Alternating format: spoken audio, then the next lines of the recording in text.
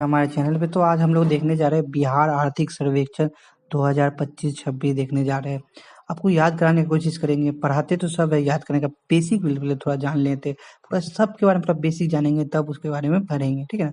छोटा छोटा संक्षिप्त रहेगा, 5-10 टॉपिक में आपको खत्म कर देंगे, ठीक है ना। 10 वीडियो 15 वीडियो जितना लगे, छोटा छोटा टॉपिक आपको याद करा देंगे। एग्जाम में डाटा डायरेक्ट पूछ देता है, ठीक है ना। देखिए, बिहार आर्थिक सर्वेक्षण जो होता है, ये जो पिछले साल आप सरकार क्या कार्य की है वो साल का ब्यौरा होता है, ठीक है ना। संविधान में कहीं इसका कोई आर्टिकल नहीं है, ये परंपरा रूप से चला आ रहा है, तो इसको जारी किया जाता है। इस बार जो बिहार आर्थिक सर्वेक्षण 25-26 है, ये पहले आपको याद रखना है किसने प्रस्तुत किया। ये बीपीएससी 70 बीपीएससी में आपको याद होगा, ऐसा सवाल आ चुका है, ठीक है ना, ऐसा क्वेश्चन, ठीक है। तो याद रखिए, विजेंद्र प्रसाद यादव, विजेंद्र प्रसाद यादव जी ने प्रस्तुत किया, जो वित्त मंत्री है बिहार के, ठीक है ना। और ये कितना संस्करण है, 20वां संस्करण है। कितने चैप्टर में बांटा प्रस्तुत किया गया, 14 चैप्टर, याद रखिएगा। 20वां संस्करण है, चैप्टर याद रखिएगा 14वां। किस तारीख को किया, मतलब प्रस्तुत हुआ है, 2 फरवरी 2 फरवरी 2 फरवरी 2026 को, ठीक है ना। 2 फरवरी 2026 को बिहार आर्थिक सर्वेक्षण प्रस्तुत किया, बिहार का 2 फरवरी, याद रखिए 2 फरवरी 2026 को बिहार विधानसभा में इसको प्रस्तुत किया गया। अगर तुलना करें, भारत के औसत से अधिक आर्थिक वृद्धि दर रहा है इसका, बिहार का जो 14.9, ठीक है ना, 14.9% रहा है, ठीक है ना, वृद्धि हुआ है पिछले साल की तुलना में। लेकिन भारत में कितना है, 12% है, ठीक है ना। 12.0% से वृद्धि हो रहा है, तो बिहार ज्यादा तेजी से वृद्धि हो रहा है, 14.9% से, ठीक है ना। और देखते हैं, तो सकल राज्य घरेलू उत्पाद क्या होता है, तो इसको जान लेते हैं, ठीक है ना। फिर सकल घरेलू उत्पाद उस पर बताते हैं उसके बारे में, ठीक है ना। देखिए यहाँ पे क्या आता है, सकल राज्य घरेलू उत्पाद, सकल घरेलू राज्य उत्पाद जिसको बोलते हैं जीएसडीपी, ठीक है, जीएसडीपी। जीएसडीपी क्या है, एक निश्चित अवधि के दौरान राज्य की भौगोलिक सीमा के भीतर उत्पादित सभी वस्तुओं और सेवाओं के कुल मौद्रिक मूल्य के उपाय को क्या कहते हैं, हम लोग कहते हैं जीएसडीपी। देखिए, एक बिहार एक राज्य है, इसके अंदर जो भी उत्पादन हो रहा है ना, तो वो क्या कहते हैं, जीएसडीपी कहते हैं। इसी तरह आपको एक और आपको दिखेगा, उसको हम लोग क्या बोलते हैं, रुकिए दिखा देते हैं आपको।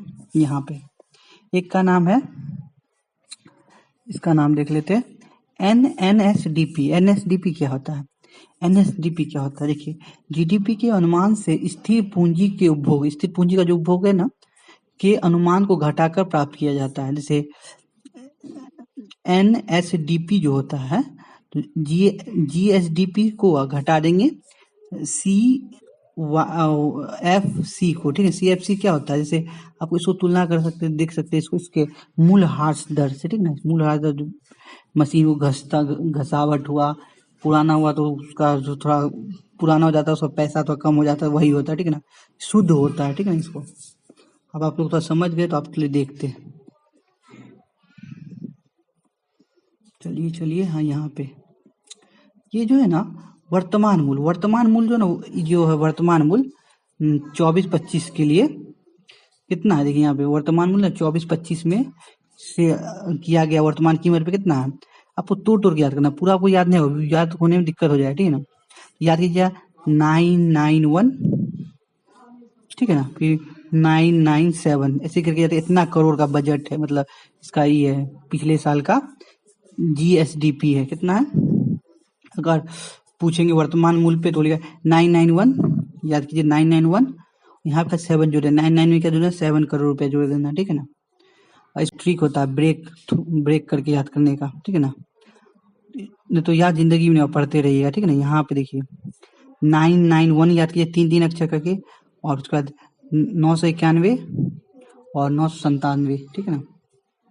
तो इसे याद कीजिए आप। स्थिर मूल्य क्या होता है, स्थिर मूल्य हुआ कि कोई एक बेस ईयर मान लेते, बेस ईयर क्यों मानते हैं, कि मूल्य स्थिर रहे, ठीक है ना। अगर वर्तमान पे निकालेंगे तो वह कभी बढ़ता है कि घटता है, तो उससे होता है ना। स्थिर मूल्य का एक औसत मूल्य निकल जाए कि इससे ज्यादा नहीं है। देखिए अगर हम आज इस साल है, अगले साल है, अगले साल देखिए प्याज का रेट देखिए, इस साल कितना था, अगले साल कितना था, इस पे निकालेंगे तो हम अनुमान नहीं लगा पाएंगे, ठीक है ना। इसलिए हमें एक स्थिर मूल्य का संकल्पना दिया गया है, जो याद आसानी से हो जाएगा। 531 याद कीजिए, तोड़ तोड़ के 531 700 372 531 372 531 372 531 372 531 372 ऐसे तोड़ तोड़ के जाते जाते। आप लोग सब वीडियो देख लेते हैं और हमारे चैनल को सब्सक्राइब कर दीजिए। आपको वीडियो कैसा लगा कमेंट भी कीजिएगा, लाइक भी कीजिएगा, अपने दोस्तों को शेयर भी कीजिएगा। आगे देखते हैं। जो GSDP जो होता है, GSDP जो है वृद्धि दर विकास दर क्या है इसका, वर्तमान मूल्य पे देखेंगे ना तो 13.4% का वृद्धि किया गया है। 13.4% का वृद्धि किया। पूरा याद करना है एक डाटा को ऐसे, इसलिए मैं धीरे धीरे बता रहा हूँ कि आपको डाटा बहुत इंपॉर्टेंट। 13.4%। स्थिर मूल्य पे देखेंगे ना, स्थिर मूल्य पे अगर देखिएगा तो 8.6%। स्थिर मूल्य पे देखिए 8.6% वृद्धि दर या विकास दर रहा है GSDP के अनुसार। आप देखिए यहाँ पे ये ऊपर आ गया है तो यहाँ आना चाहिए, ठीक है ना। इसको यहाँ लिखना चाहिए था 24-25। आप देखिए ये भी आसान है। वर्तमान मूल्य पे अगर पूछेंगे शुद्ध राज्य घरेलू उत्पाद क्या होता है, NSDP शुद्ध पूछेंगे तो आपको क्या कीजिएगा, देखिए इतना आसान है। 8899 करेंगे, उसके बाद क्या करेंगे 020, तोड़ तोड़ के याद कीजिए 899020 899 दो तीन बार बोलिएगा ना 020, ठीक है। यहाँ बीच में 2 है, इधर 0 इधर 0, ठीक है, याद रखिएगा। अब स्थिर मूल्य पे क्या है, NSDP कितना है 471 322 471 322 471 322। आप लोग को PDF चाहिए तो PDF के लिए मैं यहाँ पे एक टेलीग्राम पे एक चैनल है बाबा PCS07, ठीक है ना। इसको QR कीजिए तो उससे मिल जाएगा। मैंने 2 PDF देता हूँ, एक है क्लास नोट वाला और दूसरा PDF मैं देता हूँ जो फ्रेश PDF रहता है, तो दोनों PDF दे देता हूँ, तो आप लोग वहाँ जाके देख सकते हैं। आपको फिर से बता देते हैं कि आपको कंफ्यूजन है, फिर आगे भी है बहुत चीज़ें। NSDP जो फिर से हम बताते हैं, NSDP जो है GDP के अनुमान से स्थिर मूल्य के उपभोग, स्थिर पूंजी के उपभोग जो है, स्थिर पूंजी क्या हुआ, जैसे हम लोग का मशीन हुआ, मशीन, ठीक है, ट्रैक्टर, ये सब जो ना ये उनका स्थिर पूंजी के उपभोग के को अनुमान को घटा के प्राप्त कर जाते हैं। NSDP याद करेंगे, GSDP में से क्या घटा देंगे, GCYFC घटा देंगे, ठीक है।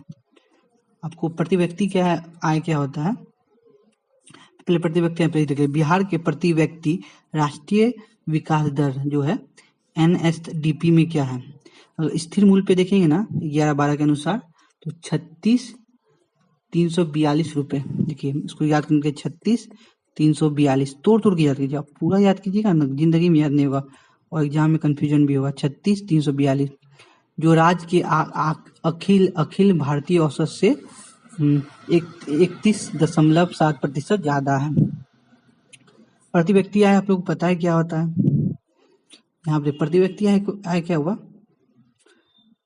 यहाँ पे जो वो है क्या बोलते हैं, एक व्यक्ति द्वारा कितना कमाया होता है तो वो होता है, ठीक है ना। प्रति व्यक्ति आय जो होता है देश के प्रत्येक व्यक्ति औसत कितना कमाते हैं तो वो होता है, ठीक है ना। देखिए बहुत इस बार थोड़ा अच्छा सकारात्मक रहा है, क्योंकि देखिए वृद्धि हुआ है 76,490 रुपया है, और वर्तमान मूल्य 76,490 रुपया है। तो अगर स्थिर मूल्य पे आप देखिएगा 40,973 रुपया है। 76,490 याद रखिए, 76 तोड़िए और 490 याद कीजिए, ये है आपको ये, इसको तो आपको डाटा को याद ही करना, एग्जाम में डायरेक्ट पूछ रहा है सब। 76,490 ऐसे तोड़िए, फिर यहाँ 40,973 ऐसे तोड़िए, ठीक है ना। अब देखिए ये जो है प्रति व्यक्ति आय में शीर्ष पे कौन है, उसको याद रखेंगे PBM, ठीक है ना। PBM है पटना, दूसरा नंबर कौन है बेगूसराय, तीसरा नंबर पे आपको दिखेगा मुंगेर, ठीक है ना। ये बहुत साल से ऐसी ये है, पटना आया नंबर 1, बेगूसराय और मुंगेर तीसरा नंबर पे। सबसे कम में देखिएगा, सबसे कम में अगर देखेंगे तो शिवहर सबसे कम में आता है। क्या आता है? शिवहर।